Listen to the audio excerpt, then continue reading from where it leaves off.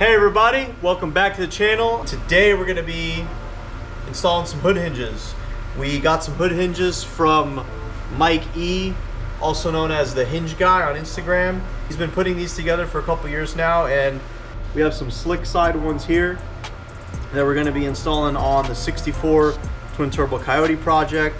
I do like these because they give it a nice sleek design. There's no bulky hinge or any mechanism up front, so you do have to do some fabrication and cut into your cowl, but then the whole hinge is actually going to sit inside of it, so that way it just kind of swings out from it. It does come with a nice template and does provide hood struts, so these do come with hood struts as well.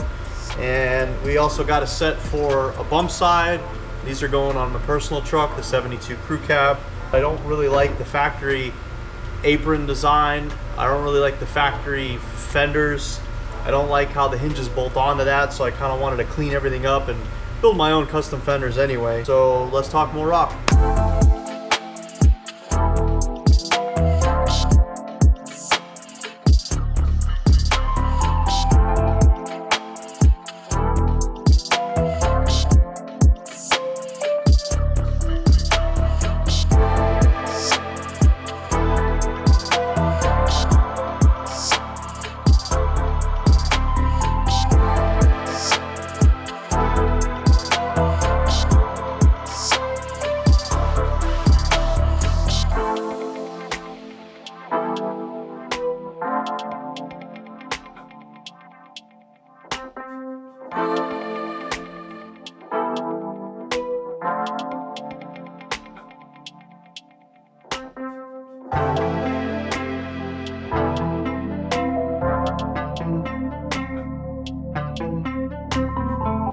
All right, so this is kind of what I was talking about.